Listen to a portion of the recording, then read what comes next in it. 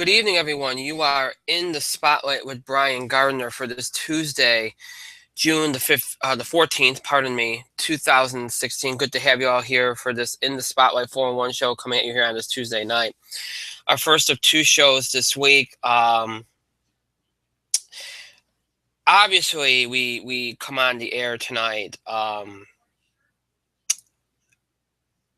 after a weekend of horrific tragedy.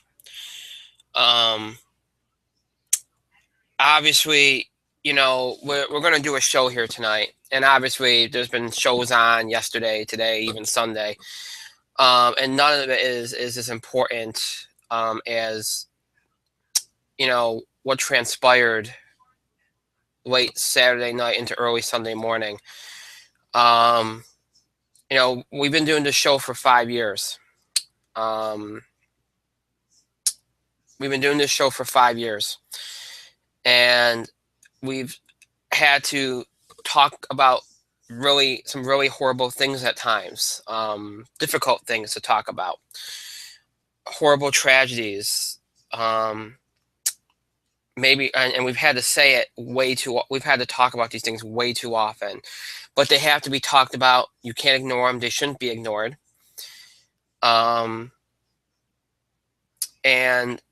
like I said, because they're more important than anything, sports, entertainment, or anything we're gonna talk about here tonight. First of all,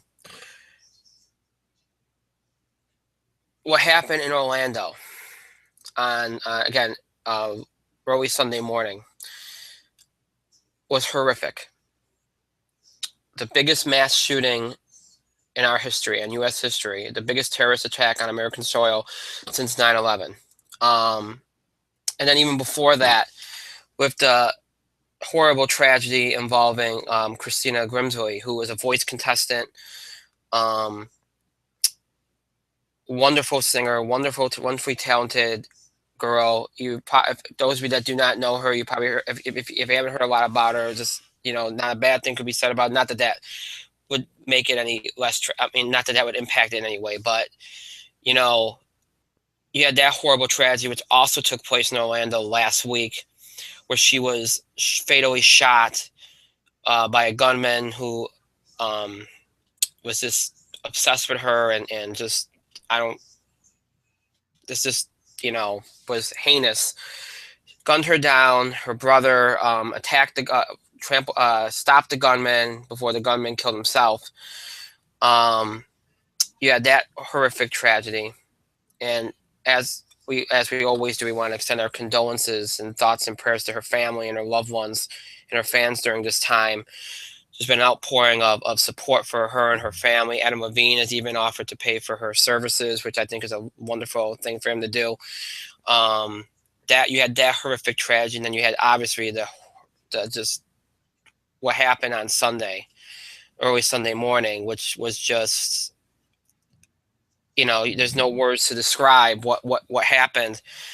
And as we find out more about it, and obviously we want to get into the politics of it and all that, because that furthest thing from what matters here. What matters here is the loss of life. What matters here is helping those that are still being hospitalized, are injured, helping those that have lost someone deal with their grief. There's GoFundMe pages going on. There's a lot of fundraising going on, which I would advocate if anybody wants to help out, please do.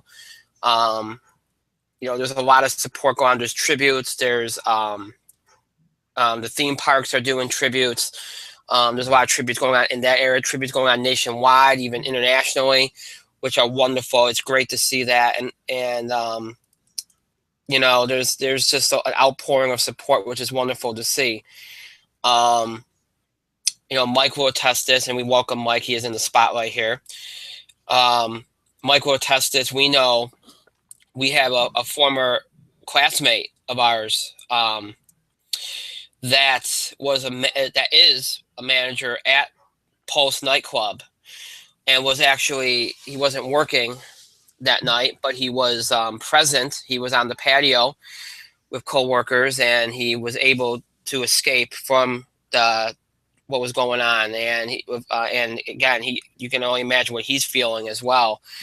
Um, it's just, again, I feel like we've had to talk about these things way too often, and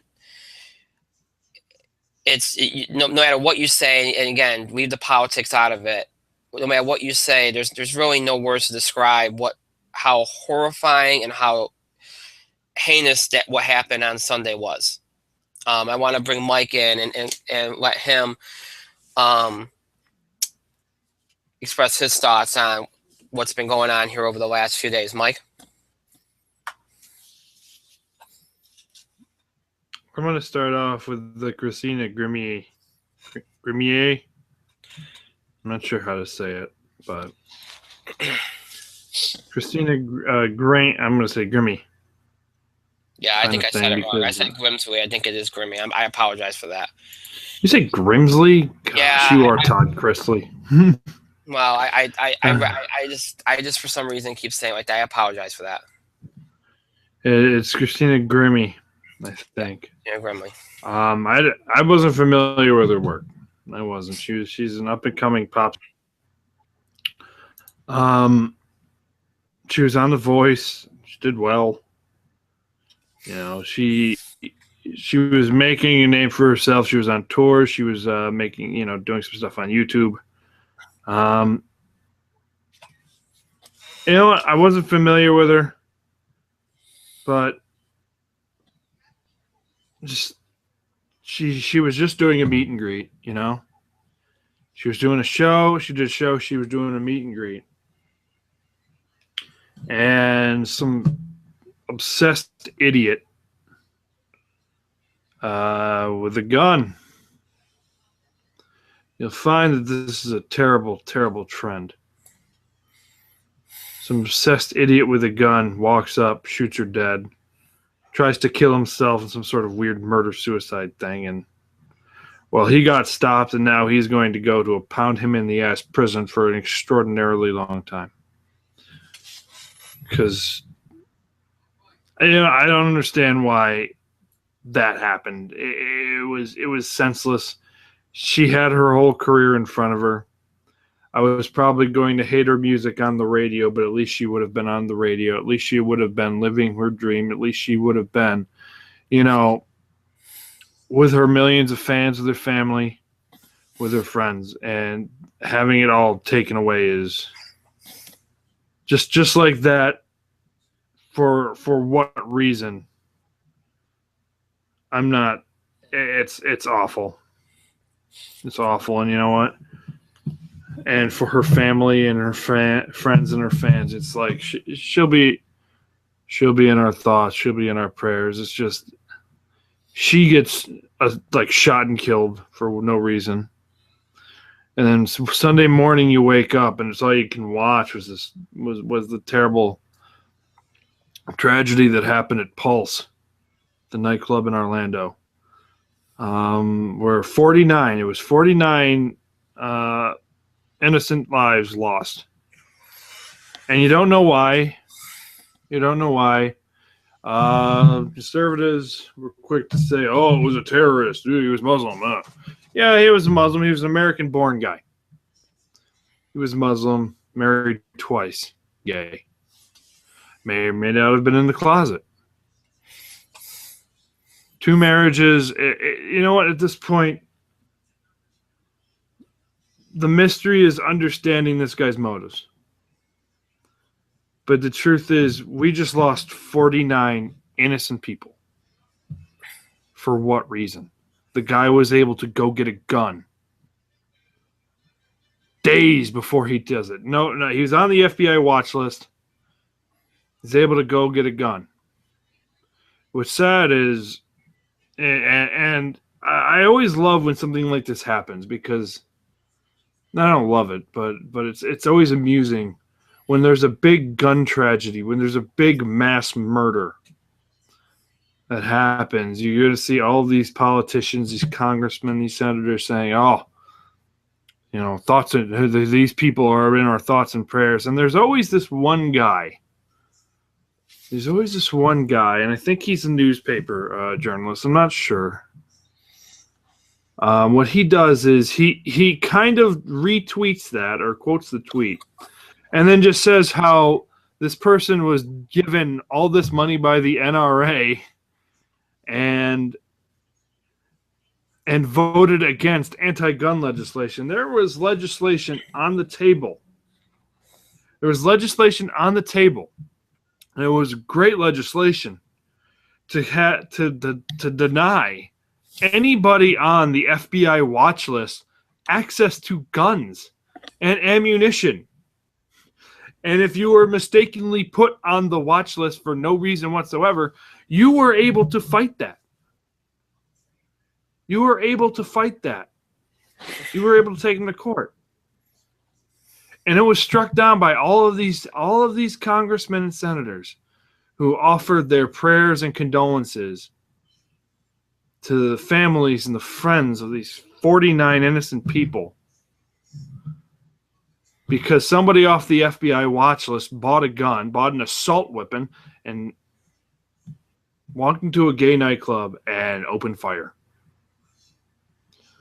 At some point, well, what more can you say? You comfort the family and the friends. You offer them the support. You tell them they're not alone. It was a senseless loss of life by this guy who clearly had some issues. He was in the closet. He didn't want to come out. He was gay. He wasn't gay. He essentially blamed it on being a part of the terrorist group ISIS, or he wasn't. I don't know. Nobody knows. We have people smarter than us and who get paid to do that, figuring that out as we speak. We've got idiots in Congress blaming one thing, which may or may not be the truth. Jump to conclusions. Look, the truth is, I think in the next 10 years, and this is just a little bit of a tangent, in the next 10 years, eventually, we're going to get to the point where enough's enough, and that guns are not going to be banned, but it's going to be like driving a car. Owning a gun is going to be like owning a car, having a driver's license. You're going to need to be licensed. You're going to need that test. You're going to need a psych eval.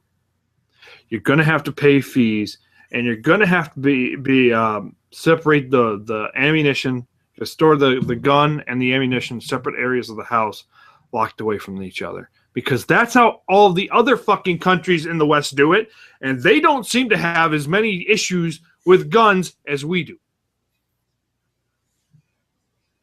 There's not a whole lot we can say. There's not a whole lot we can say. All we can do is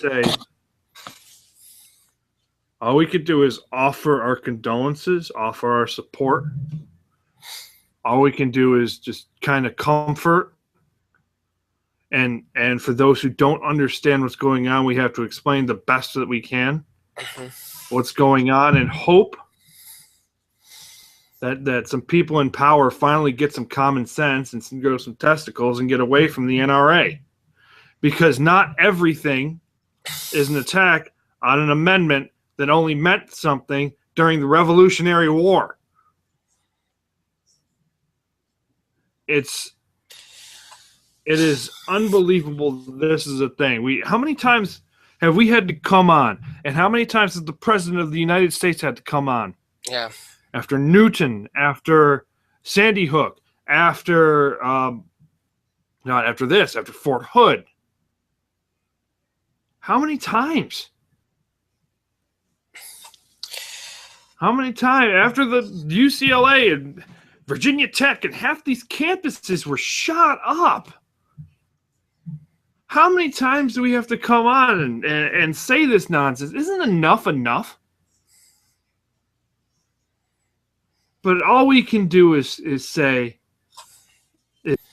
all we can do is offer support. All we can do is pray. All we can do is hope. And maybe in November, all you can do is vote.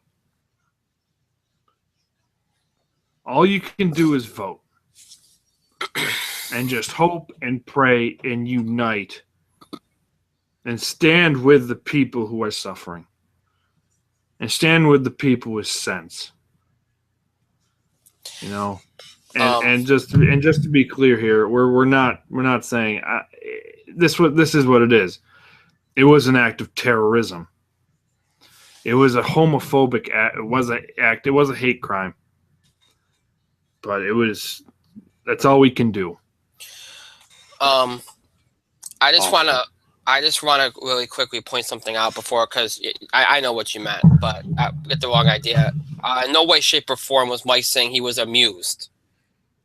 No, Okay. no. If you think I was amused by the situation, I'm not. What I was trying to say is, inevitably, and it kind of brings like your attention, and it's just all you could do is laugh. It's that resigned laugh. Like, okay, you're inevitably going to see all of these politicians, all of these congressmen and senators just say, "Oh, my prayers and sympathies to those who are lost in this horrible attack." Yeah. No, I get.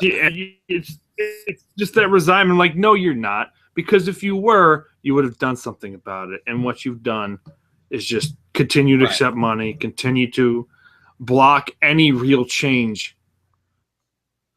It's a frustration thing. It's more of a frustration with the people in power that, get up there. I mean, look, I understand that they express their sympathies, and I don't doubt that they mean what they're saying. It's just that, again, it's the frustration with the situation, and that nothing ever changes, no matter how many of these horrific incidents that we have. And that's what you're pretty much saying, is that it's that resignation, laugh of resignation, the fact that here we go again, somebody's getting up there and talking about it, and nothing ever changes. That's I was going to leave the politics out of it, because I just don't, again, it's to me, it's just, the bigger thing, and I know that's not what you're trying to do, but the bigger thing is just the loss of life, which, again, that is the biggest thing. And I'm kind of down on all the politics playing into it at this point, because it's it's been debated. It only seems to ever get debated when something like this happens. When nothing like this happens, it goes away, and none of the people, nobody in power talks about it, which is just unfathomable to me. But and again, we want to express our thoughts, condolences, our prayers to all those impacted by the tragedy. To those that lost their lives, may they rest in peace. And again, thoughts and prayers and condolences to everyone impacted by this. It's a I visited Orlando a lot. I'm going this year. Mike's been there. I mean, it's a beautiful area. It's a wonderful community. You could tell that the people at this club are very close knit.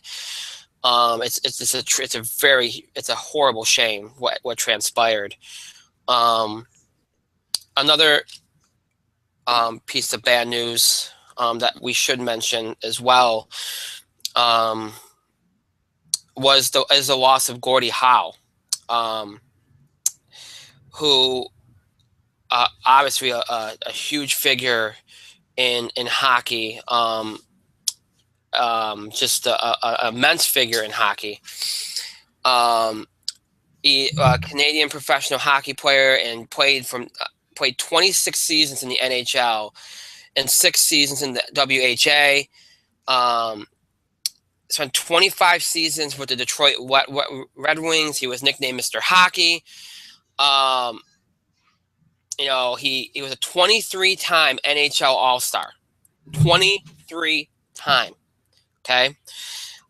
He held so many of the NHL's records until Wayne Gretzky. He continues to hold a number of records, including most games and seasons played.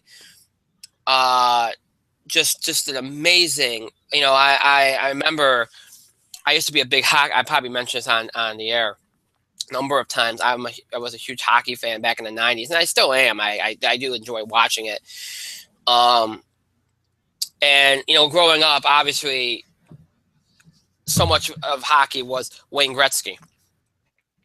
But I remember while I was watching hockey during that time, I was a big Rangers fan. I was a Ducks fan, and um, as I was watching, obviously I'm watching Wayne Gretzky and everything, but occasionally Gordie Howe would be mentioned. You'd see him at games, and eventually I became familiar with him, and I was like, wow, just to have that kind of longevity in one sport, especially a physically demanding sport like hockey, to have that kind of longevity and be at that kind of at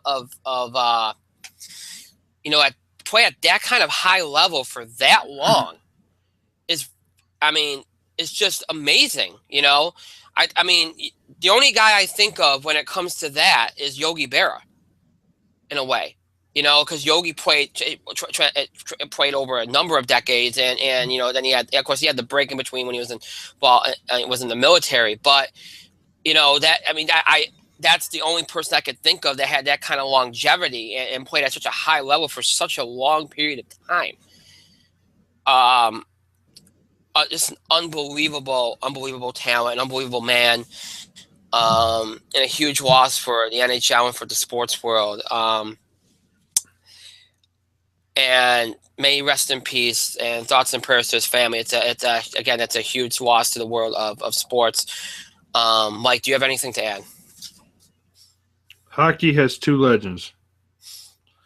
At the tip top, the Mount Rushmore of hockey features two guys, and they are Gordie Howe, and Wayne Gretzky.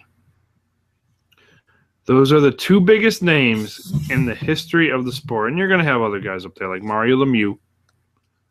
Mario Lemieux is one of the biggest names in hockey, Patrick Roy, et cetera, et cetera, et cetera. These are the biggest names among the biggest names. But when it comes down to it, the argument is Gretzky versus Howe. Gordie Howe was named Mr. Hockey for a reason. Because Gordie Howe was one of when you talk about hockey, you talk about the greatest of all time, and he is one of the two guys in that conversation. His importance to hockey is immense. Is immense, and it cannot be overstated because the man was the definition of a legend. And not only that, he would be one of those guys who would help the young generation. He would be one of those guys to go up and help the young generation. Like I know Wayne Gretzky looked up to the guy, loved the guy, Yeah. Considered him one of his mentors, And that's Wayne Gretzky, one of the greatest of all time, if not the greatest of all time. I'm not going to go on too much, but Gordie was one of the greatest. And for hockey, this is one of their big loss. This is the big loss. This is the big loss, and it fills that triangle that you always hate seeing, but it kind of happens. The triangle is Ali, Kimbo, and Gordie Howe. Sports lost two all-time greats and one current MMA. I'm not going to say legend, but a current MMA, one of MMA's biggest figures. So there you go. Okay, so as we move on, again, as I mentioned, I always mention this, but there's no matter what we do the rest of the show, everything that we just said is far more important than what we're going to say going forward here. But we do try to go on here, and as always, again, I start off here by reminding you of how you can interact and contribute to the show. Have your voice heard by emailing us to itspotlight411 at gmail.com. You can also follow us and tweet us at IT Spotlight 411. There's hashtags you can use, or you can create your own hashtags. You can use our hashtag IT Spotlight 411, hashtag ITS5, that one for our 5th anniversary on the air as a podcast, or you can create your own hashtag. We'll talk about basketball. Now you say hashtag ITS basketball. Movies, you can say hashtag ITS movies, or create your own. Just don't be disrespectful or offensive. That's all we ask. You can also find us on Facebook. To search for In Spotlight 411 on Facebook. Make sure you like our page upon finding it. Here's the deal for tonight. We got a sports entertainment combo show tonight. So, again, that means that, we're going to kind of move along quickly because we have to get a couple of things in. Not a lot. Really, all we're going to do on sports side of things is the NBA Finals. Again, we're not going to do any baseball this week because nothing has to be discussed right this second. There is a little NHL thing we're going to get to involving the NHL expansion. We'll touch on that really quickly because that is kind of a big deal. We'll touch on that really quickly. And then in entertainment, we'll do our usual box office beat, TV highlights. And if we have some time, we'll get to a couple entertainment news bits that you all have sent me in over the last couple of days and want our reactions to or want us to talk about. Why is there a sports entertainment combo show tonight? Well, that's because on Thursday, we'll be having an all-wrestling show previewing WWE's Money in the Bank pay-per-view, one of their bigger pay-per-views of the year. We'll do what we always do, preview the card, go over all the matches, make predictions, and address questions and comments from our fans at the tail end of the show. If you'd like to submit a question or comment, you may do so either before the show by email, Facebook, or Twitter, or during the show on Thursday. So please do keep that in mind. I know that Game 6 of the NBA Finals will be taking place on Thursday, so we'll be up against that. It's funny because usually we go up against it constantly, but the way the schedule has worked out, it's been a weird schedule, and I'm not sure I really like it, but it's been a weird schedule this year where they've had a lot more days in between, maybe except for maybe 1 or 2 games off. But Thursday is one of those rare times during this playoff. Well, it's one of those few times during this finals here that we're going to be up against one of the finals games. So obviously we'll update you on the score throughout the show on Thursday. But just heads up, we will be up against NBA Finals Game 6 from Cleveland on Thursday night. I should tell you all about next week's shows. Next week's show, I should say. We will only air one show next week, and that show will be on Tuesday. That show will be on Tuesday night. It'll be another sports entertainment combo show. Although I'm going to say it's going to be light on the entertainment because we'll probably just do the box office beat and maybe a quick TV hype. We probably won't do any entertainment news stuff or anything like that. Why is that the case? Well, for one thing, it's for sports. In regards to sports, the NBA Finals will be over by then. So we'll be wrapping up the NBA season, talking about the finals, all that stuff, and wrapping that up. But also we'll be looking ahead to the NBA draft, which takes place next Thursday night. And as you know, we never have shows on the night of the NBA draft. So we will not air a show because it's just something that a lot of our audience likes to watch and we watch. So we will not air a show next Thursday opposite the NBA draft. So we'll only have one show next week. And again, that'll be a sports entertainment combo show on Tuesday night. We'll try to get some wrestling into discussing the fallout from Money in the Bank and Monday Night Raw. I don't know if we'll even be able to get to that. So again, one show next week. The week after that, we will have 2 shows. As of right now, we're going to have 2 shows. Although I'm going to be honest with you, I am toying with the idea of only doing one because that Thursday show is very close to 4th of July weekend. I'm also going to be going away that weekend. So I don't know. We'll see how that plays out. Right now I'm thinking 2, but I'm edging again. It's kind of like I'm keep leaning back towards 1 too. So I'll let you all know more about that next week. And then the week after that, we'll be preempted the entire week. So little insight into what's going on. So we won't be doing the only really special thing we're going to be doing is NBA draft stuff next week. Over these next couple of weeks, we're going to be kind of just doing the usual stuff until we get back on a normal schedule, which won't be until about the 2nd week of July. So just a little insight into things going forward. I'll give you more details on everything as we go along here. So, all right. So we start off tonight by discussing the NBA and the finals, which, I mean, do you want to say it's gotten compelling? I don't know if we can say, this is going to be one of those weird series. It's going to be kind of like the Oklahoma City series where if it gets compelling, it's getting compelling late in the series, like right around Game 6, because this series has not played very compellingly, not like it should play. Because here's the thing: Golden State dominated the first 2 games. Cleveland dominated Game 3. Game 4 was in a lot of ways dominated by Golden State, especially late. Game 5 was dominated by Cleveland. Again, we have these playoffs, which has hurt the NBA in a great deal, unlike last year, where there's been a lot of blowouts. There's been a lot of pendulum swings. One game a team looks great. The next game they look like garbage. And something now. Look, I have to. This is an issue, a topic here that I'm on the fence about. Well, I'm not on the fence about, but I kind of can play to both sides here. And here's what I'm talking about. There's a lot of people that are complaining about the Draymond Green thing. Okay, first of all, I'm a Golden State fan. As well as an Oklahoma City fan. I like Draymond Green. I've liked Draymond Green since he was a player at Michigan State. But just because I like Draymond Green doesn't mean I like the fact that like a lot of the things that he does. He is a hothead. He's a very passionate kind of player. I appreciate that. He flies off the handle. He gets lost in the heat of the moment, and he does some things. Okay? I think everybody knows this about Draymond Green by now. Now, Draymond Green put himself in a situation where something like what happened could happen. Now, should he have gotten that foul for what happened in that game? I don't think so. I don't think so. Was he doing what they think he was going to do?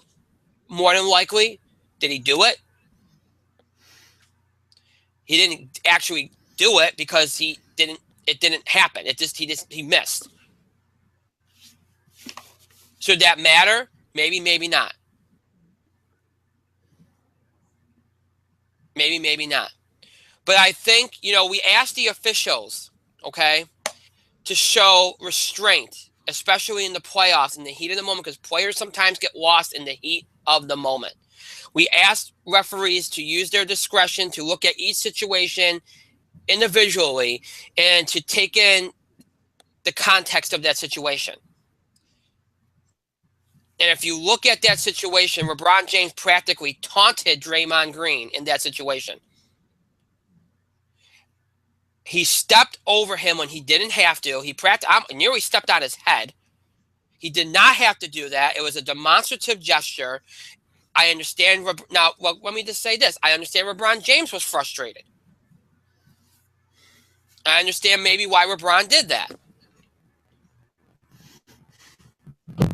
But don't think LeBron's a smart guy in a lot of ways. Don't think LeBron James didn't know what was going to happen if he did that. He knew that Draymond Green was going to react. And in the back of his mind thinking, well, if he reacts and he gets something called him, guess what? He does something stupid, guess what? He's suspended. So in a way, gamesmanship to LeBron James.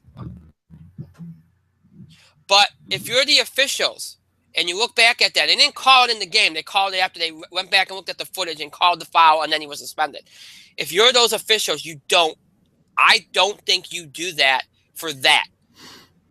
Now I understand it's semantics. If he had actually hit him and whatever, or if it was more demonstrative or whatever, then you know what? Then you have no choice. I understand that, and for some people, semantics aren't going to matter. I can understand that too. But if you look at, you got to take into account the moment. You got to take into account what LeBron did. You got to take into account it's the finals, and do you want the finals impacted by something like this, where everybody goes into this? Because here's the thing: Cleveland had an unbelievable game last night. Kyrie Irving, LeBron James put out a performance for the ages last night. LeBron James, that was one of his best performances I've ever seen him have. Kyrie Irving put out a performance for the ages. But then the only thing that people could talk about after that was, well, what would have happened if Draymond Green was on the floor? And that's why you don't do that. Do I think that Cleveland would have still won last night with the way Irving and LeBron played? Yes. Do I think Draymond Green would have made that much difference? He would have made a difference. They probably wouldn't have won by as much. But I still think Cleveland would have won last night. So this, I'm not taking this from the perspective, well, if Draymond Green played, Golden State would have won. Sour grapes. No, I'm taking this from the perspective that it takes something away from Cleveland. And it puts an asterisk in the middle of this series when you shouldn't have that in your championship. All over something that, you know what, was he going to do it? Yes, he was going to do it. If LeBron was in the right position, it would have happened. But LeBron's not innocent here either. And you got to consider the whole situation. I would not have called that foul after the fact. Either you call it when you see it or you don't. Leave it alone. You didn't call it then. Leave it alone. Leave the series alone. Let everybody play unless somebody does something so freaking stupid you can't avoid it. Nobody was even calling for that. Even Cleveland wasn't going crazy about that because they recognized LeBron was just taunting him, trying to get a reaction. Even Cleveland wasn't asking for it. So why do it? Unless you're doing what the conspiracy theorists say is, well, we know if we suspend Draymond Green, the series will probably go on. We're helping to ensure that. Now, I'm not saying that's what the NBA did. I'm not saying that was their intention, but that's what you're feeding into that frenzy, that theory. It just, I hated watching that press conference last night. Because while we should be focused on the great performances that we saw last night, the only thing that was talked about ad nauseum was if Draymond Green played, would this have happened? And that's why you don't do it. Because if Cleveland goes on and miraculously wins this series, which is something that should be considered a historic thing, coming for being the first team in NBA history to come back from 3-1 down to win a series and win the finals, people are going to wonder, well, it might not have happened if Draymond Green played. That's why you don't do it. It puts a black eye and mars your finals all over something that really didn't happen, although the intent looked like it was going to happen.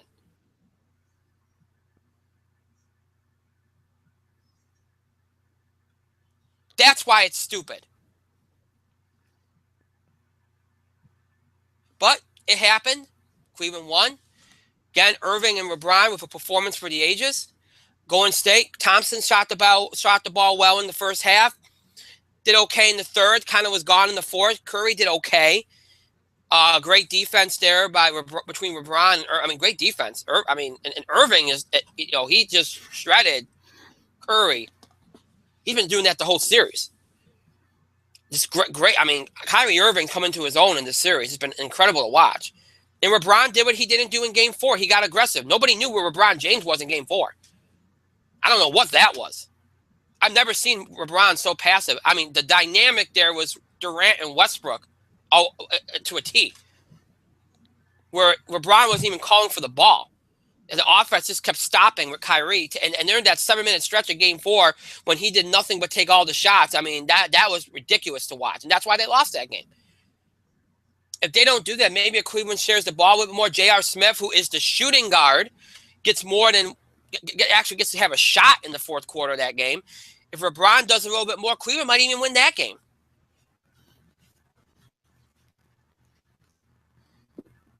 And you have Game 5 where they just came up big. And look, Golden State did all they could do. They got good stuff out of Andre Iguodala. Harrison Barnes missed Draymond Green in the worst way because he just shot the ball horribly last night. I just think, the thing about it is Draymond Green is a playmaker. And he opens things up for guys that can't make their own shots. Harrison Barnes is one of those guys that can't make his own shot. While Draymond Green, he didn't really get much. Same thing with Livingston. Andrew Bogut gets hurt. They're still waiting on MRI there. That could be a big loss. But again, with Draymond there, you don't. I get you can get by, but it's still a loss if he's out. Going forward here, what do you look for? Cleveland goes back home. Now, do you think that Irving and LeBron can do what they just did? Obviously, they can. I see a lot of people thinking they can't shoot like that. Don't see that they can. Have you seen LeBron James? When he's aggressive, he can shoot like that every game. I agree that he won't probably have as good of a jump shooting display, but he can still probably put 40 in. Irving's been doing this the whole entire series.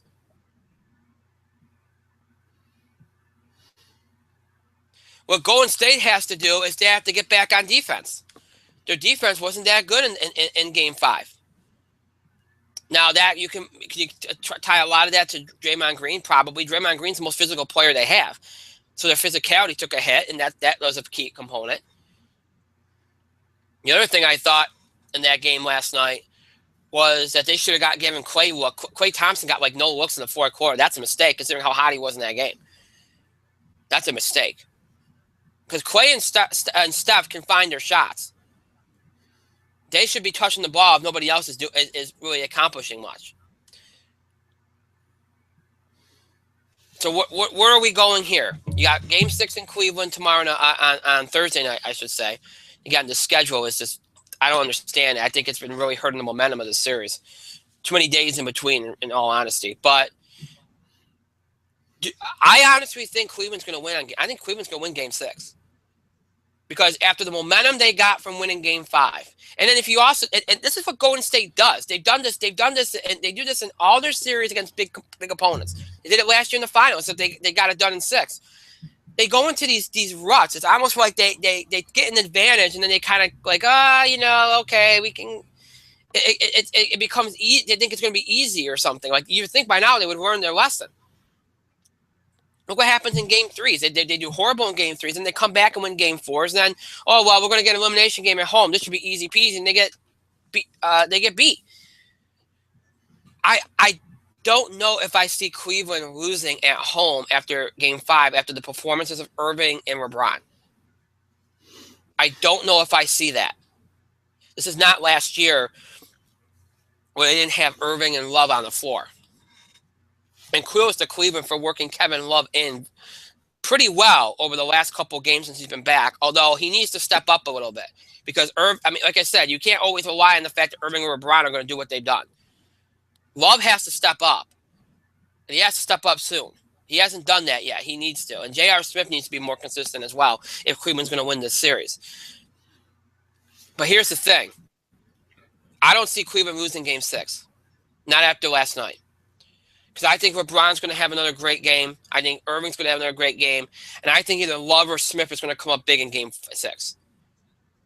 I expect a better defensive effort out of Golden State. Offensively, I thought they were great last night. I had no issue with them offensively. I think it's going to be I think this is probably the closest game of the series so far, which is good. I expect the next 2 games to be the closest of the series so far.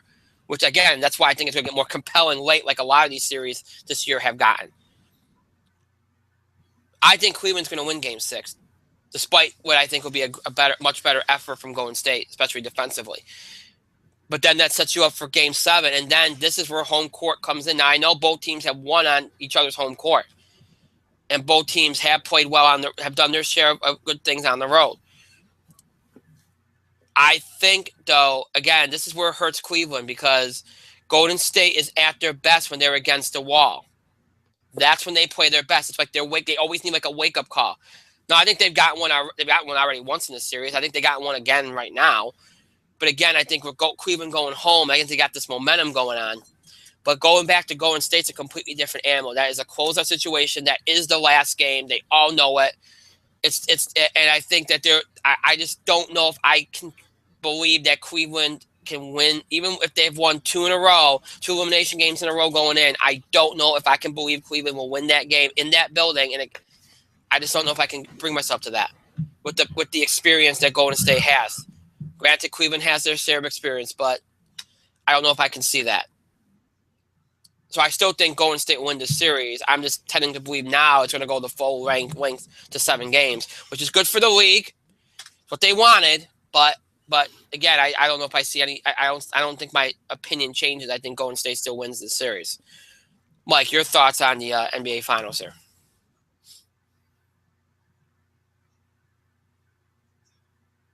I have a lot less to say about this than you think.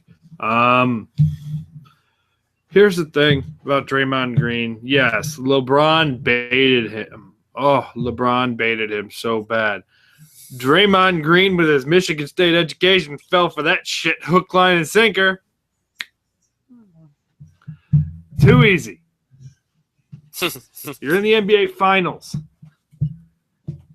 the one of the best players in the game is reason to get you off the court. So yeah, he baited him. He posterized him. He walked over him because that is the image you are going to see on LeBron James posters all across Walmarts. The king proving his dominance over this poor defender, Draymond Green. So what did Draymond Green do? Draymond Green decided to keep it real. He keep it. Dave Chappelle show segments keep it real.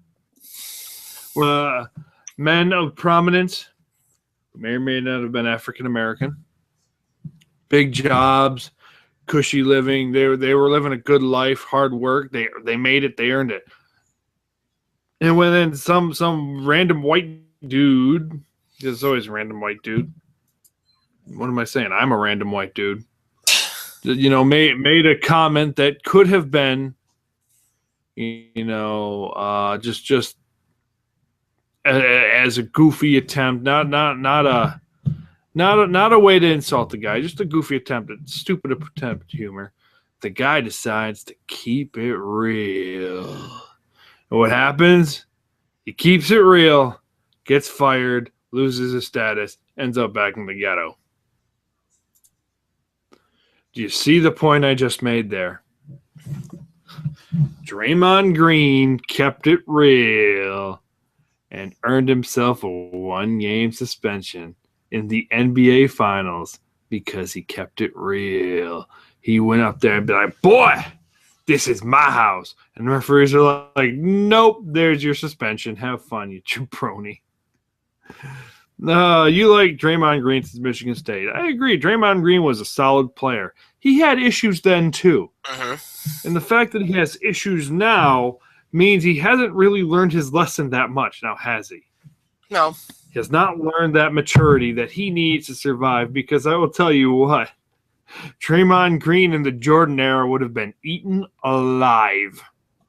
Oh, no doubt about that. Eaten alive. Because those players, even the jabroni players, had to deal with the greatest player of all time putting his nuts in their face after every dunk. And that poster got shipped out to Walmarts and Targets and where, I don't know, Rite Aids, I don't know, Phase, Kmart's. That image of that player's face getting nutted by Jordan was everywhere. On sports cars, Topps, Fleer, doesn't matter. Do you think they bitched out like Draymond Green did? No. No. So in the end, LeBron James baited him. Ooh, what a jackass. I hate to tell you this, but that is the nature of pro sports, where the greatest usually do that because they see an advantage. And if you don't take the bait, well, they're just going to sit there and insult your baby mama anyway. Until you shut them up. Because what are you going to do? They're going to sit there and trash talk till the cows come home. Sit there and embarrass you on the court because it, A, demotivates you, and B, motivates their team. What do you think a team on the brink is going to do? That's on you to keep your maturity in that situation. And Draymond Green didn't keep his maturity in that situation. So Draymond Green has nobody to blame but himself for his own reaction in that situation. Sorry, that's the story. Would things have changed if Draymond Green were there? Probably not, because Kyrie and LeBron both had 40 points and assisted on another something. So they made up like 97%. 97 points of Cleveland's total. Their combined score total and assist total outscored the Warriors by himself. Draymond Green wouldn't have done shit. Cleveland needs to keep the ball rolling. Because as I heard on the radio today, and I don't really listen to talk radio, but this point was good. The Warriors aren't going to miss 4 out of 19. You aren't going to make only 4 out of 19 uncontested threes from this point forward. They had an off night. They had an off night. Cleveland was able to kind of capitalize, but in the end,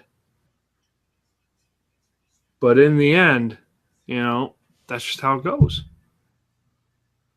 In the end, the best outside shooting team is not going to miss. Was it 4 out of 19? They're not going to miss 15 shots uncontested from 3. If you're going to give it to them, they're going to shoot it. Cleveland, look, if Cleveland wins game 6, then it's a toss-up. I don't know who wins. Is it going to be hard to take 2 in a row on Golden State's court? Sure will. Is it possible? Sure is. Because Golden State is beatable, especially if they come out and not make shots, especially if they come out and act as immature as possible. Especially if Steph Curry and Klay Thompson can't get it going. Klay Thompson had a great first half. Where was he in the second half? He didn't get the ball. He didn't get the ball because he got high. No, he didn't get high. His point total was high in the first half, though. He had a great game. He had a good third quarter, too. It was really the fourth where he was gone, more or less. He was – they lost the hot hand. And when you lose the hot hand, you lose. I know Cleveland has had an issue with ball movement, and it was temporarily kind of stopped. However, if they can't keep it going here, then Golden State's going to win it in 6 on their own floor. Cleveland's got to go out and defend their court. Great. Because what I've noticed a whole lot is that home court advantage in this finals isn't necessarily a thing. It really isn't necessarily a thing. It's like Cleveland has won more on Golden State's court than they have on theirs. That's true. And Golden State has won more in Cleveland's court than they have on theirs. So if I were Cleveland, I'd decide to maybe win a home game. Because one more blown home game, and that's your season, guys. Go out and defend. And maybe Golden State should not lose the hot hand. You know what I mean? That's all I got to say. Let's talk about movies, don't we? Yeah. One of our I was wondering what this was. Okay. Well, that's not the one I was looking at. Oh, okay, never mind. That was the dress. Don't worry about it. Oh, wait. Okay. One of our fans, that was quick, instant gratification, has just said, and this comes from Robert. I don't usually use names, but I feel like I should use names every once in a while. Robert from Des Moines, Iowa. Oh, there you go.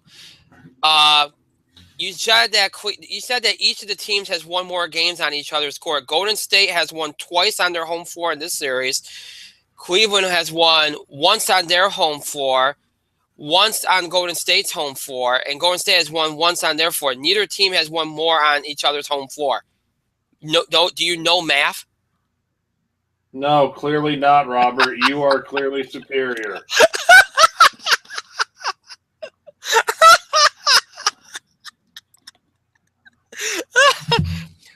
Does it really matter? Seriously. In the end, Robert, your e-peen is bigger than ours. What can I say? Good for you, buddy. Unfortunately, and I don't mean to totally kind of wipe away his thing. You're implying that I've paid attention. You are at this point very lucky that I know that the series is 3-2. Very lucky. So Robert keeps supporting the NBA.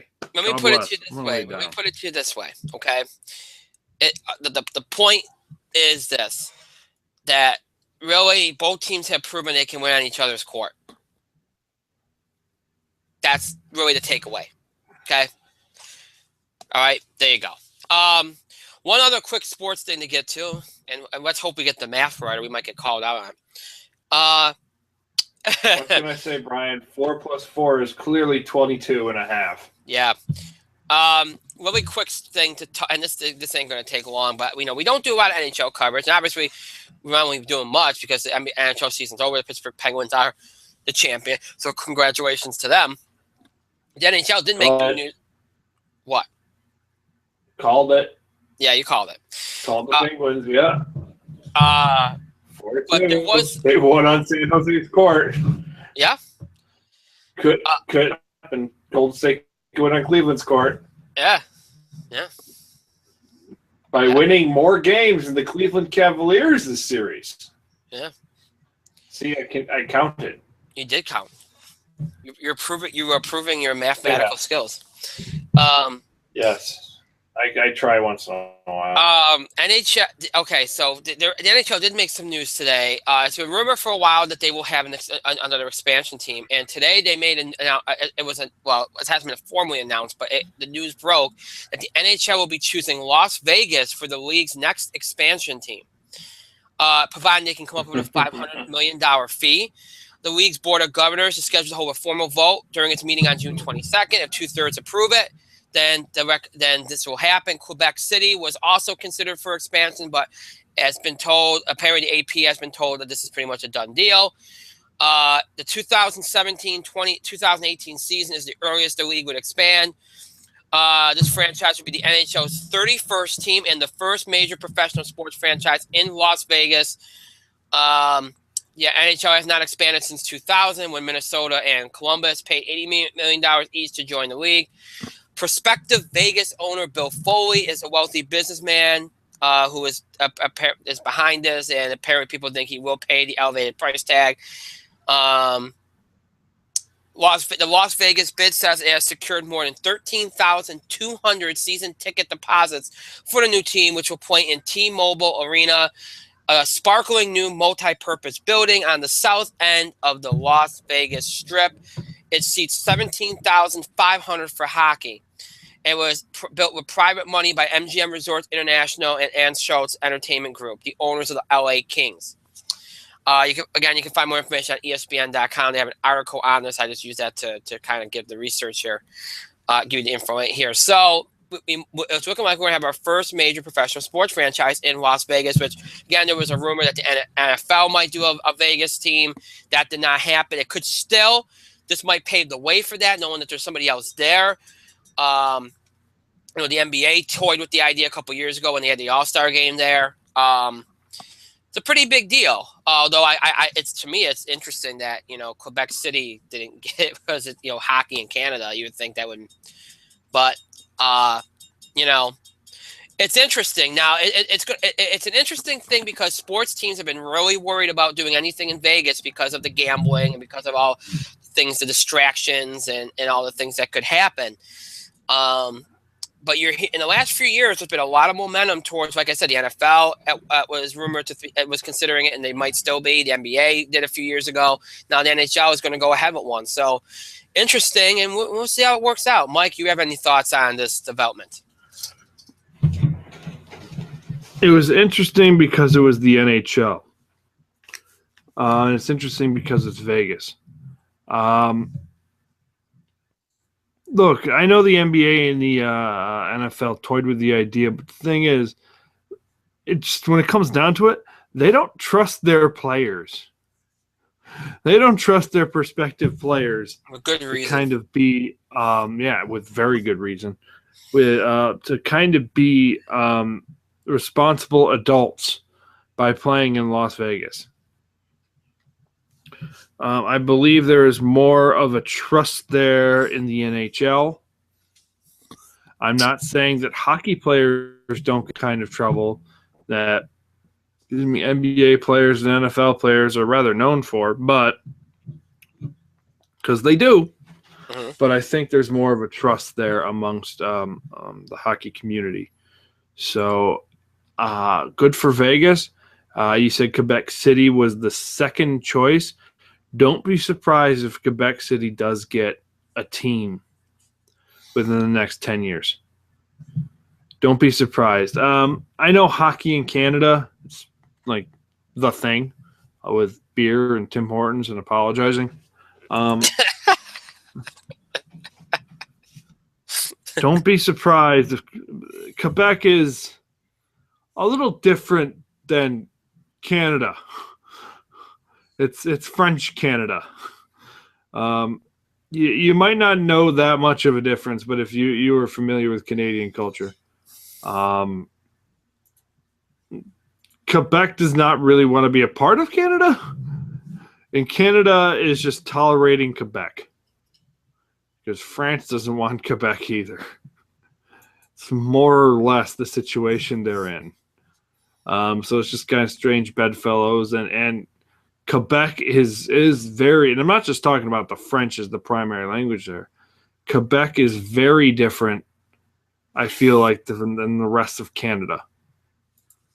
It really is. It's really like almost a different world than the rest of Canada. That being said, Quebec is still a Canadian thing, and it's still a very heavy hockey community up there. And 10 years, within 10 years, I hate your dog. Within 10 years, Yeah. Quebec's going to get a hockey an NHL team. I don't know if they're going to have to pay the $500 million. That's a little extreme, especially since Columbus and Minnesota paid 80. I think that's probably going to get argued down, and as well as it should, because $500 million is a steep price for a sports team. It's a very steep price for a sports team. And it's going to be hard to make your money back, too. So I would probably lower that deal. Well, I think it's because the guy that owns it is a very wealthy man, and I think they just, I don't know. But doesn't right. matter. You're right about that. Doesn't matter. And I know it's a tremendous risk as well, but all right, I just wanted to address that because that was an interesting story. All right, so from sports, we're going to jump to entertainment, and we're going to jump into the box office beat. A weekend that I had said last week was one of the more interesting weekends of the entire summer. It might give you might give you some insight into the rest of the summer. And I think it really did. We went into the weekend with the option that, any one of the three new releases could be number one. Obviously, Conjuring and Warcraft were more likely, but there's always a chance that Now You See Me could have tracked high. Could have done better than it did and taken number one.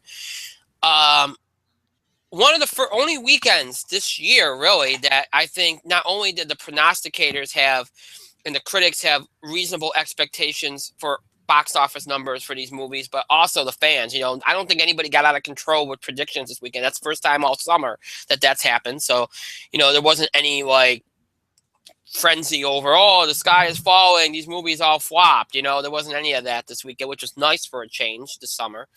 That's been the paranoia pretty much all along. It really went according to what most people thought it would, with The Conjuring at number one around 40.4. Warcraft settled a little lower. I think a lot of people were edging more towards 30, but again, not out of the realm that it only did the low 20s, so 24.1. And Now You See Me too, around 22.3. Now, let's look at this. For The Conjuring, this is not that far off of its first movie. The critical scores were a little lower, but that did. Again, still right around that general area where you're still regarded as a well-received movie. Word of mouth helped it, and it did what it really. I think what was Warner Brothers would have expected. I think if they got it to, they would have been happy with 30, even 35 on the low end. But if they got it near to 40 or higher, they were happy. The movie had a $40 million budget. It's at $96 million worldwide. They're happy. Okay, they're very happy. It was right out a little lower than the first one, but right there, they're very happy with that. And they took #1, so that's good for them. In the summer where they don't have a lot going on, so they'll take that. You know, a couple months ago, and I think we mentioned this last week when we were talking about a couple months ago, Warcraft, one of those movies that you thought was going to be a guaranteed $300 million domestic film. It's not going to do that here. In fact, it's going to be lucky if it makes $100 million here. However, overseas, it's done tremendous, especially with its numbers in China. It's already at 306.5 worldwide because of a $280.5 million international haul. It's got $160 million, but so financially, it's fine. It's not going to be seen as a flop. It's one of those movies, and we had a couple years ago. Mike knows we talked about. I think that whole summer, we had a summer where there was a bunch of big movies that did this, where they did horrible domestic, but internationally they did huge numbers. Warcraft is that kind of movie. It's going to get a sequel just by its international growth alone. Now, that's a very interesting position if you're a studio to be in, if you're Universal, because what do you do here? You're gonna announce a sequel, and then everybody around here is gonna be like, well, wait, it only made 26 million. No, it made a lot of money. It's over 300 million worldwide. It didn't do well in the U.S. for whatever reason. Maybe it did come out internationally a couple weeks ahead. Maybe people, we know people go on the internet. Maybe they pirated it and that hurt it. I don't know. But for whatever reason, it didn't do as well here. So people in the U.S. are going to question the motivation behind doing a sequel, but they have every right to do one. And really that comes down to something that we've always talked about on here. It doesn't matter how you make your money. It doesn't matter if it's more international than domestic or vice versa. As long as you make it, it all equals it's all a profit. Fact of the matter is, this movie is going to have a significant profit. It deserves a sequel, and it's going to get one.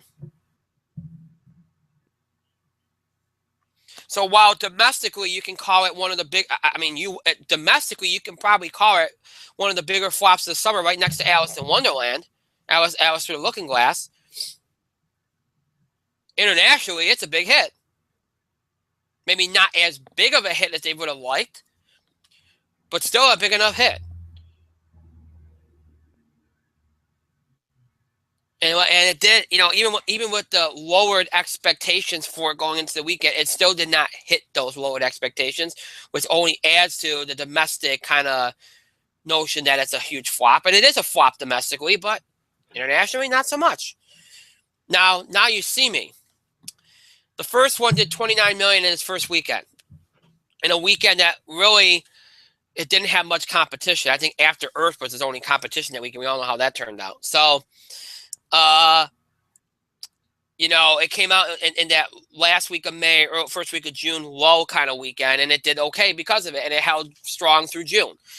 It came out this year in a weekend with more competition, not just from what was coming out with it this weekend, but also what came out the weeks before and what might come out the weeks after it.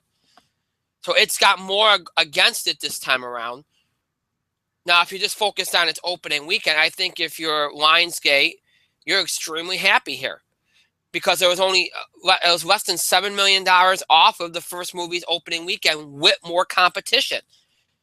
That's tremendous. And with critics not liking it as much as the first one, mixed reviews. Obviously, word of mouth helped. They had a little bit more of a positive word of mouth. Worldwide, it's made $48.6 million. I believe the budget's at 70, so it should make some kind of profit. They've already greenlit a third one, so they're going to do that one. But honestly, I don't think, I see everybody went into this weekend thinking it was going to be in second or third anyway. So there's really no freaking out over Now You See Me. And it wasn't that so far off of its estimates, which most people thought it would at least be around 25 to 30, right around where the first one did. But again, it's the second in the franchise, had more competition. It's not a bad number out. It's actually pretty good to do that with the competition it had. So good for them.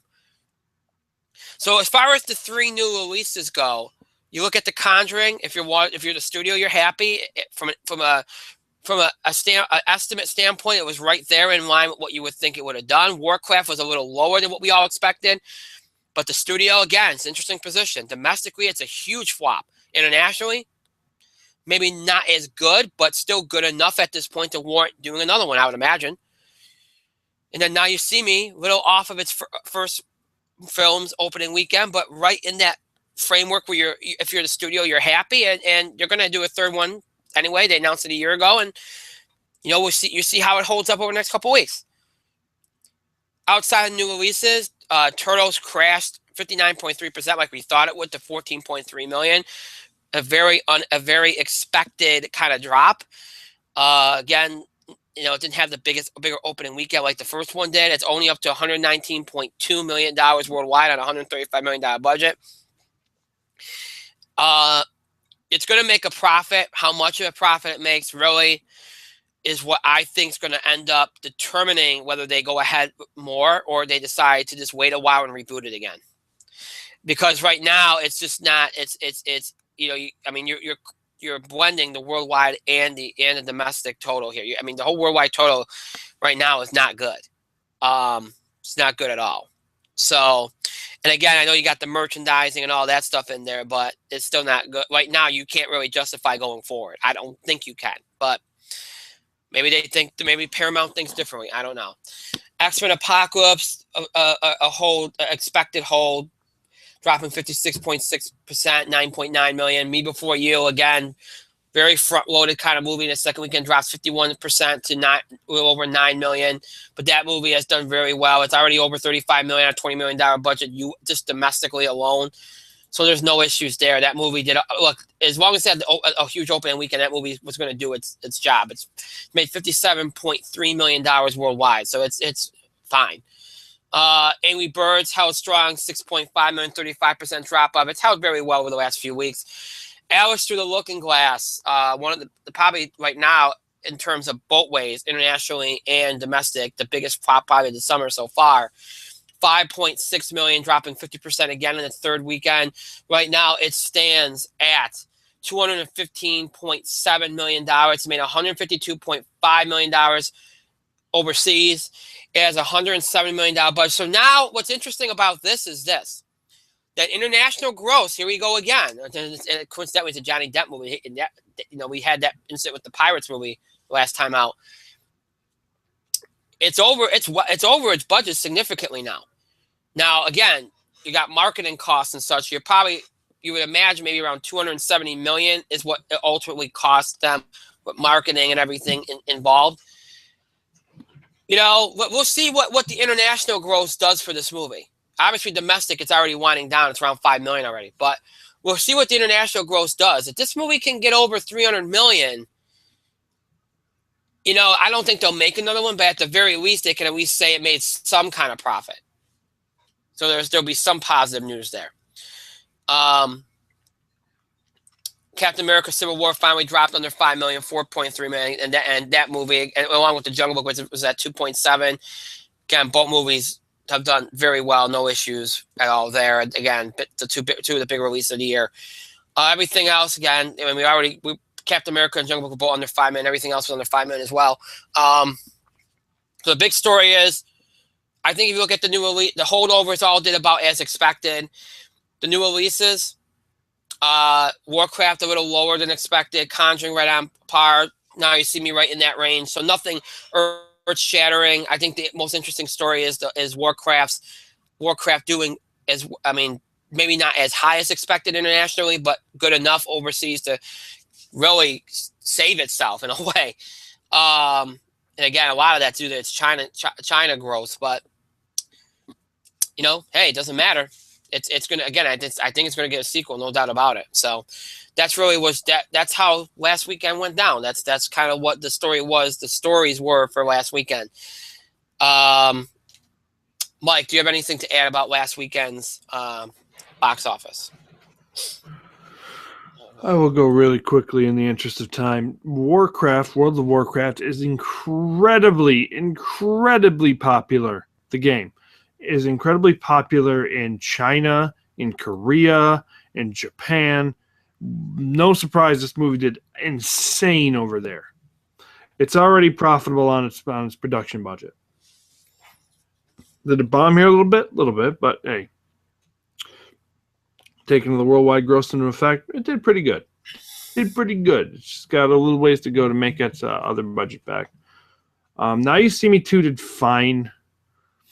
Conjuring overperformed. It's going to be front loaded. Other than that, I kind of went through. Look, the summer is stacked in a way. It's not stacked like, there's going to be a $300 million movie every weekend. It's not stacked like that. But there are movies that could do really well almost every weekend. So I think these theaters need to plan this a little bit better. Maybe something like Now You See Me 2 probably should have been like a August, September release. Even though I saw it and it was great. You saw it and I think we both enjoyed it. It should have been something like that. But I don't know. I don't really have too much to say about the box office. It was there. I saw a movie, and that movie was good. Now, as we flip the script to this weekend features two of the bigger release of summer. It features probably what is the biggest comedy of the summer, including and involving two names that are guaranteed to make you big money, in The Rock and Kevin Hart.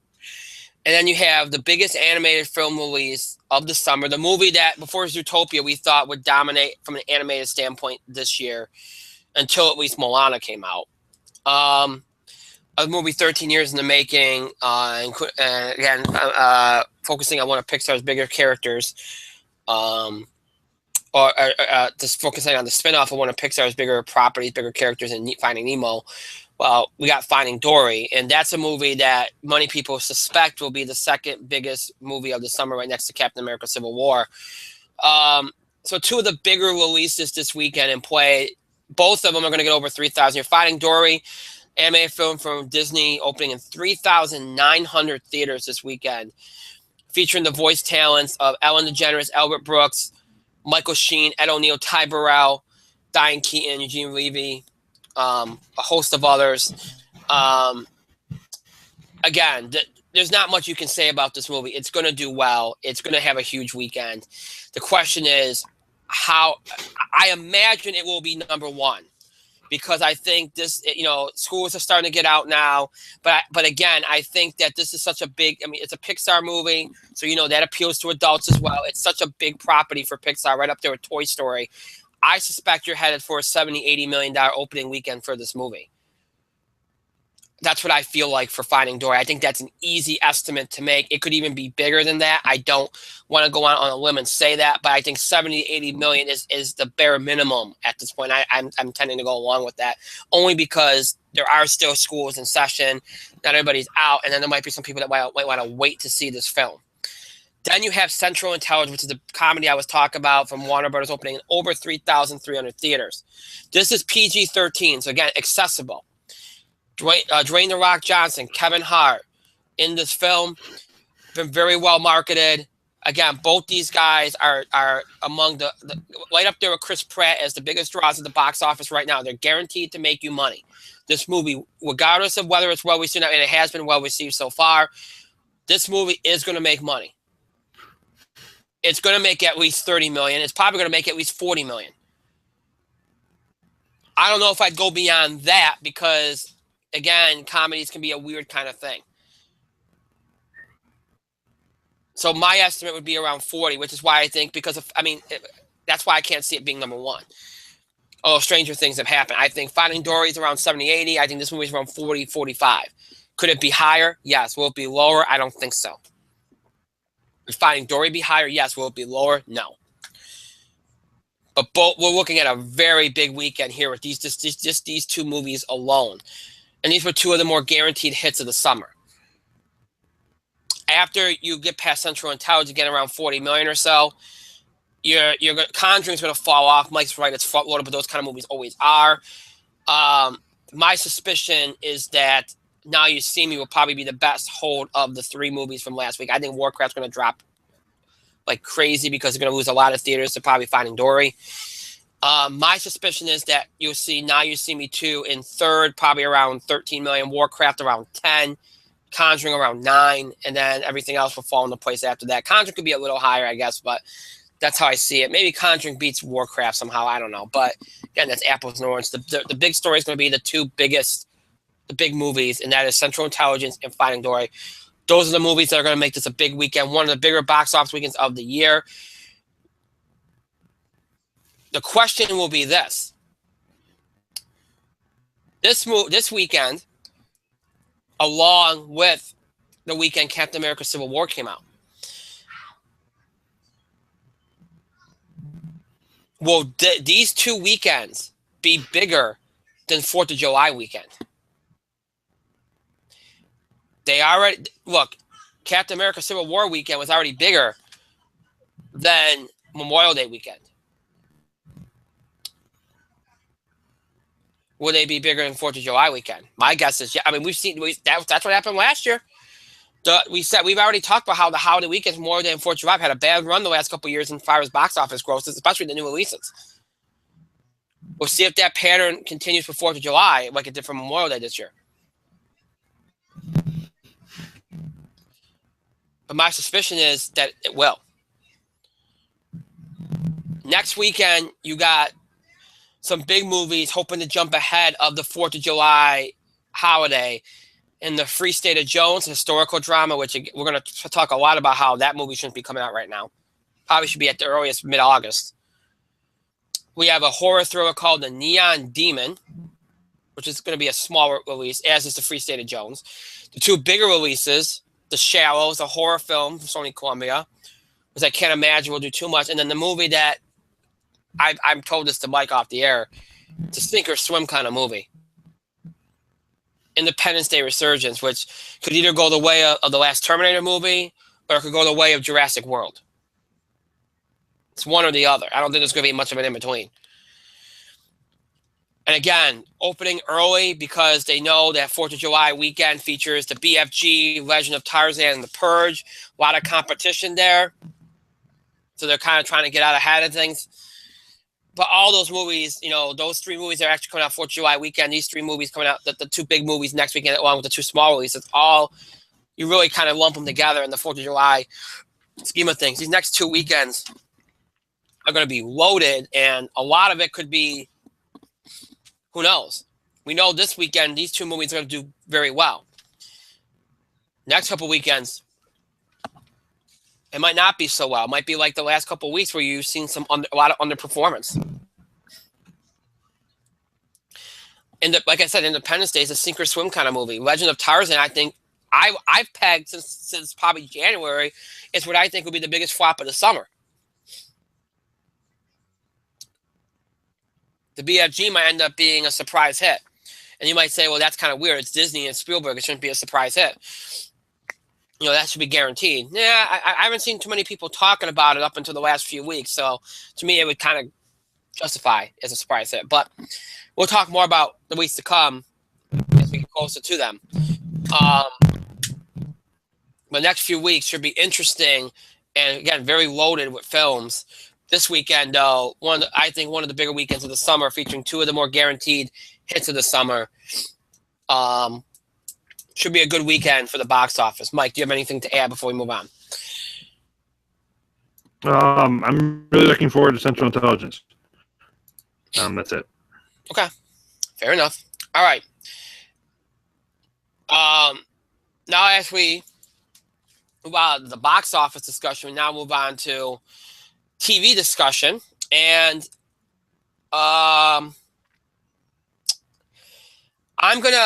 I actually have a TV highlight this week. Woohoo! Well, 2 actually. I failed to mention. It's funny. I mentioned last week that I didn't watch much TV. And I didn't. But I forgot to mention something over the last few weeks. I ended up watching a sneak preview of TNT's upcoming show, which I think gets underway officially this week, Animal Kingdom. Which is not a show that I was interested in. I just happened to be watching an NBA playoff game, and they had a sneak preview after it. So I left the TV on and just kept watching it. And I I really enjoyed it.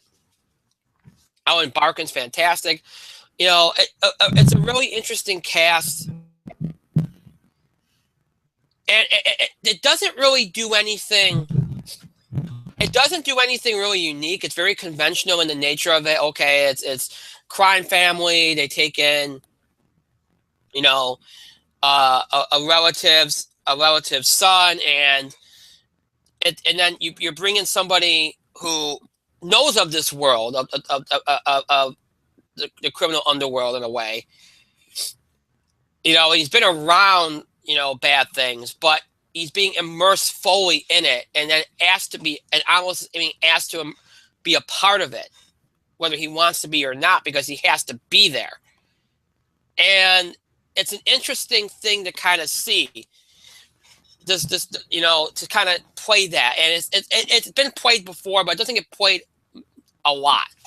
So it was a very good show. I would probably want to watch more of it, but usually pilot episodes are the ones that are usually the weakest a lot of times, because sometimes it takes shows a while to get out of the gate. I don't think this show took a while to get out of the gate. I thought it did a very good job introducing the dynamics, the characters, the underlying tensions, the setup, the plot. Everything was there, and I thought they did it in a very accessible manner, in an interesting manner that kind of got you in, that kind of hooked you right away, which I thought was good. That doesn't always happen with pilots. Very rare that happens. So I'll give them kudos on it. So I enjoyed that. If you're interested, if you like crime shows, you might be interested in that. And then I feel so bad, because this is a show I was looking forward to for so long, and I forgot that it even debuted. And that's Preacher on AMC. It started back in May, actually, and I just forgot it was on, and it was brought to my attention by my wife, that it had started, and she had watched the first episode, and not the second and the third yet, but she had watched the first, because you got to watch the show, and I'm like, oh gosh, this is a show that I was waiting to watch. I've been looking forward to it for quite a while. And I finally got the chance to check it out. And what a phenomenal show! If you haven't watched Preacher, Dominic Cooper is absolutely fantastic. Agent of Shield's Ruth Nega's on the show. Great cast. I don't know what AMC gave it for a budget, but whatever it is, it seems to work. It's just a very, and if you know about the property, it's a very unique property, and it's going to captivate you. It's just very out there, but it works. And Seth Rogen's a producer. It's a great show. Another episode where another instance where the pilot show actually was interesting right out of the gate, and the show came together right out of the gate. So I'd highly recommend that as well. I can't wait to get into some of the other episodes. But I was really impressed with that. So those would be my TV highlights. Mike, do you have anything to add? I saw Person of Interest finally. Last week's 17 Kinds of Brilliant, obviously. Totally worth it. Really, really, really cannot say enough good things about last week's episode of Person of Interest. It felt like a backdoor pilot to something else. I think we discussed after the air, because what they did was it was outstanding. Yeah. It was kind of like, oh well, the machine made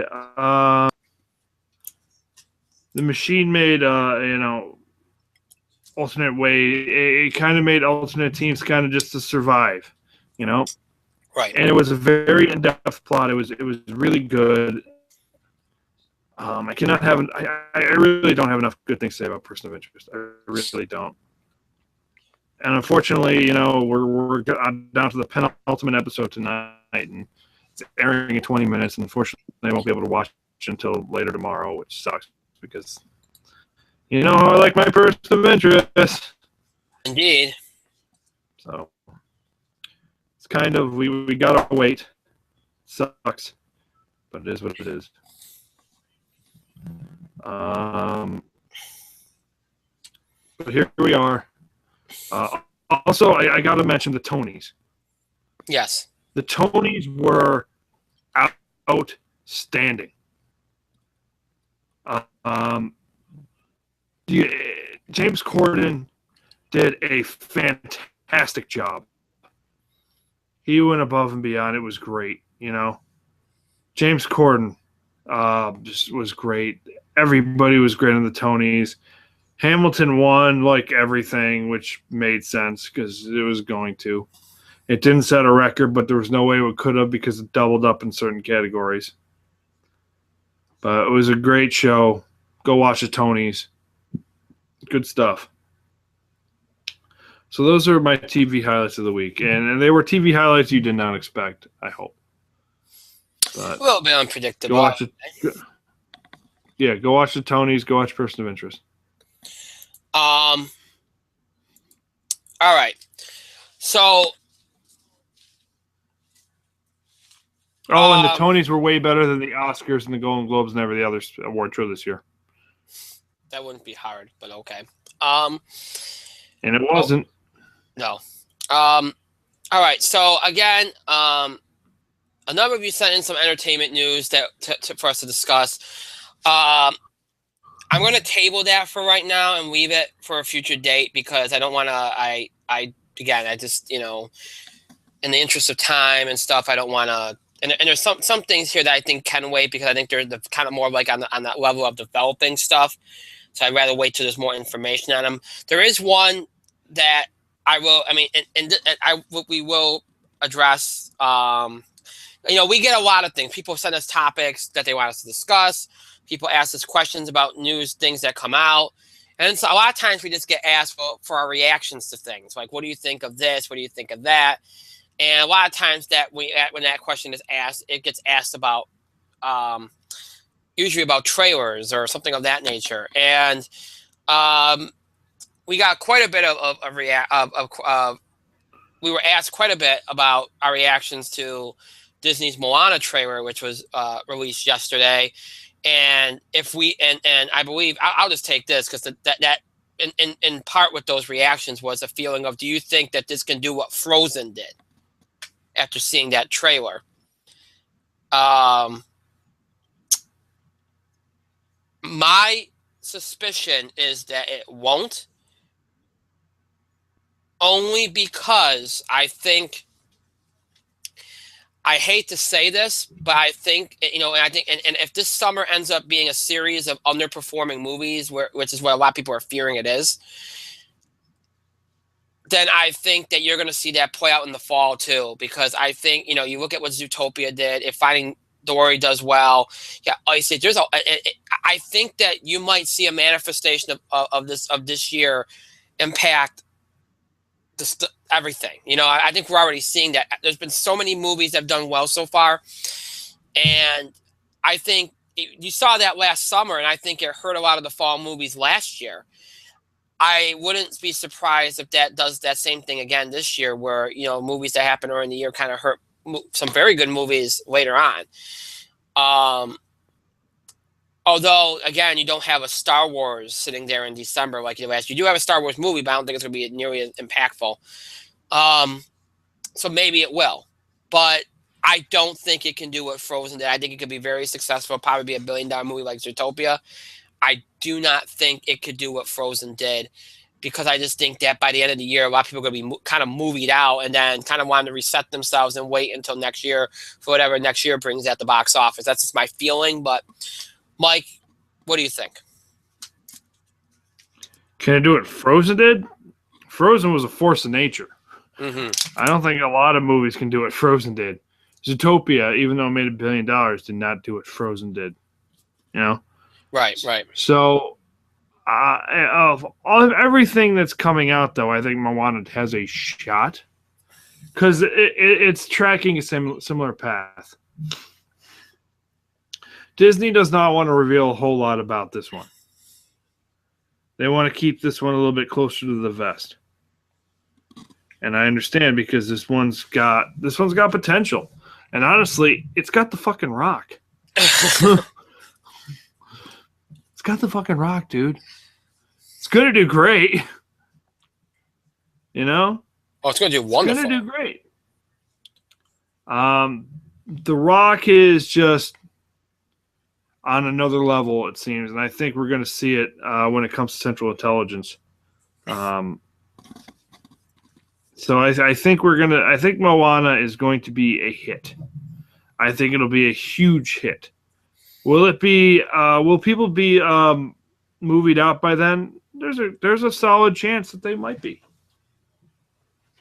There's a solid chance that they might be movied out by the time it comes out, and I wouldn't be surprised. However, people were kind of movied out by the time Frozen came out, but Frozen was again a force of nature. Yeah. So who knows? But I would believe that Moana is going to do some good things. It definitely looks good. So. No, it looks great. So that's not. Look, it's not like it's not like it's going to flop. It's not going to flop. But it's again that, like you said, that what happened with Frozen was something that doesn't happen very often. So. All right. So with that being said, again, I just wanted to touch it. I thought like that was a nice, real quick thing we could address that somebody had asked us. So with that being said, again, we've got entertainment news. The rest of the entertainment news, table it till later on. I think that's for the best. It's a lot of it's again more development nature. So we'll see. So the trailer was great. The trailer was great. There were actually two trailers. Really, there was one more in depth than the other one. They both were really good. So. Mm-hmm.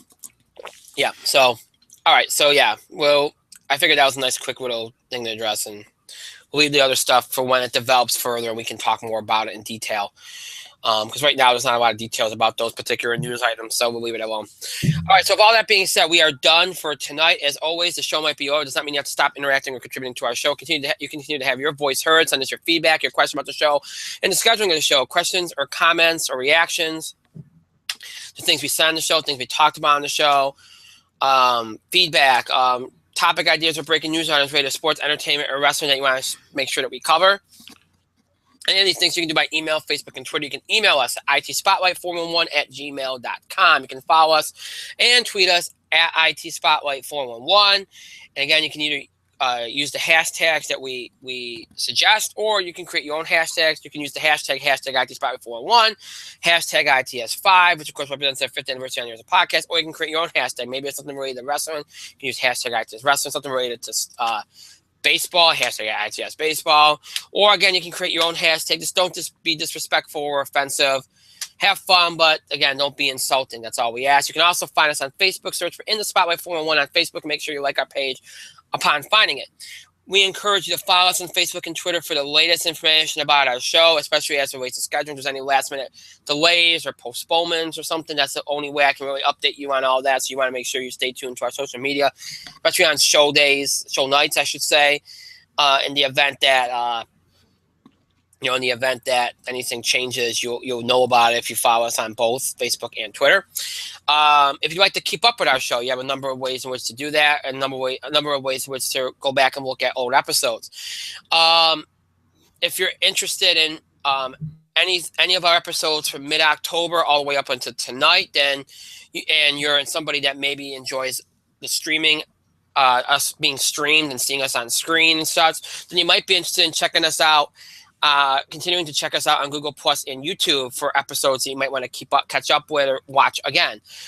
Just search for In the Spotlight 411 here on Google Plus and YouTube, and you'll have access to our channels on both pages, and then access to every episode we've done from mid-October all the way up to tonight. They're all available there for you. So maybe you've missed part of an episode, missed an episode entirely, or we watch an episode, whatever the case may be, you have that accessibility to do that here on Google Plus and YouTube. So search for In the Spotlight 411 on Google Plus and YouTube if that appeals to you. If you're somebody that's more of a fan of audio podcasts, maybe you like hearing us but not seeing us, or maybe you're interested in listening to us on the go, or maybe you're more interested in listening to older episodes of our show from before our Google Plus YouTube run from mid-October to now. If any of those apply to you, then you might be interested in checking us out on our main host site, Podbean, or on iTunes. Just search for In the Spotlight 411 either on Podbean or iTunes, and you'll have access to our show pages on both sites, which feature every episode we've ever done, not just our Google Plus YouTube episodes, but everything we've done from Blog Talk Radio, from Talk Shoe, from everything that we've ever done is on both sites in order from the most recent episode, which will be tonight's, all the way up to the oldest episode, which will be all the way back in October 2010. They're all there for you to listen to at your leisure whenever you want. So whether you missed an episode recently or in the past and you want to check it out, miss part of an episode, or want to go back and check out an episode again, maybe you're a new fan that never saw or never checked out our older episodes, or a long-time fan that wants to go back and listen to old episodes, or whether you want to listen to current episodes, whatever the case, if any of that applies to you, then you definitely want to check us out on our main host sites, Podbean and iTunes. And search for In the Spotlight 411 on both sites so that you can access those episodes. And those are our two main host sites, so they're definitely worth checking out. And they're very accessible. So Google Plus, YouTube, Podbean, iTunes, all available for you. Again, Google Plus, YouTube, Podbean, iTunes, all there for you if need be. All right, so again, we have one more show coming up this week, this Thursday, an all-wrestling show previewing WWE's Money in the Bank pay-per-view. We'll go over the matches, make predictions, all that good stuff. And, of course, as we always do on a wrestling show, address questions and comments from the fans at the tail end of the show. So, again, if you'd like to submit a question or comment, you can do that before the show by email, Facebook, or Twitter, or during the show on Thursday. So keep that in mind if you're interested in that. Next week, again, we're going to only have one show. That will be next Tuesday, and that will be a sports entertainment combo show. We'll obviously discuss the NBA Finals. It'll be wrapped up by then, close out the NBA season. We'll preview the NBA Draft, which will be featured next Thursday. Any other sports headlines we have to cover, box office beat. We'll try to get to some wrestling stuff as well from the fallout from Money in the Bank and Monday Night Raw. All that will be on Tuesday. Next Thursday, we'll not have an episode because of the NBA Draft. And the week after that, we'll also feature only one episode. Again, kind of like a sports entertainment wrestling combo show. We do all our usual stuff in one night. As I said, right now I plan for 2 episodes, but I'm already saying, okay, I'm already saying it's gonna be 1 episode, so I'm already kind of changing my mind. So you're probably looking at 1 episode one episode next week and 1 episode the week after. Again, we'll get into more detail as we go along here over the next couple of weeks. And then we will be on opposite NBA Finals Game 6 from Cleveland Thursday night. So we will be sure to update you on the score throughout the show on Thursday night while we're on the air. So keep that in mind as well. I want to thank Mike for being here tonight. Thank you, Mike. Time for bed. Time for bed. I want to thank myself for another great show, pat myself on the back, and thank all of you for your continued support and your contributions to the show. Thank you so much for watching, and to those that will be listening later on, thank you to you as well. And again, we'll see you back here for our next show this coming Thursday night, broadcasting and streaming live here on Google Plus and YouTube at 8 o'clock p.m. Eastern Time for an all-wrestling show previewing WWE's Money in the Bank pay-per-view. Again, if you want to submit questions or comments, you can submit those before the show by email, Facebook, and Twitter, or during the show on Thursday. Keep that in mind. We'll be on against NBA Finals Game 6. We'll update you throughout the show on Thursday about that, so keep that in mind as well. So until Thursday, I hope you all have a great rest of your night, a great Wednesday, and a great Thursday. We'll see you back here for our next show, 8 o'clock p.m. Eastern Time, broadcasting and streaming live here on Google Plus and YouTube this coming Thursday, June the 16th, 8 o'clock p.m. Eastern Time. Until then, have a good night, everybody. Stay safe.